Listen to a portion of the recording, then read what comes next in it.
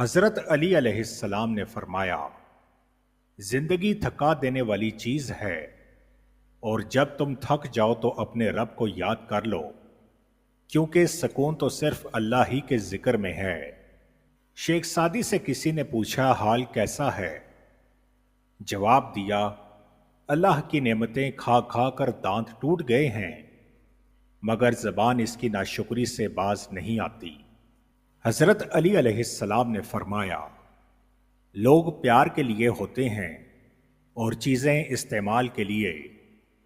بات تب بگڑتی ہے جب چیزوں سے پیار کیا جائے اور لوگوں کو استعمال کیا جائے۔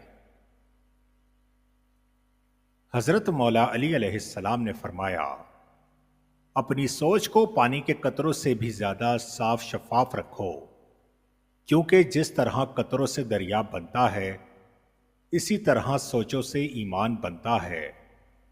انسان کا غصہ بھی عجیب ہے، وہ اپنے سے بڑے اور طاقتور کے سامنے تو غصہ کنٹرول کر لیتا ہے، لیکن اپنے سے چھوٹے اور کمزور پر غصہ کرنے میں دیر نہیں کرتا۔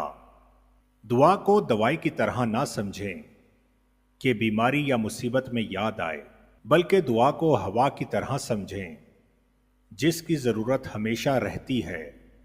بہترین انسان عمل سے پہچانا جاتا ہے، کیونکہ اچھی باتیں تو دیواروں پہ بھی لکھی ہوتی ہیں۔ زندگی استاد سے زیادہ سخت ہوتی ہے۔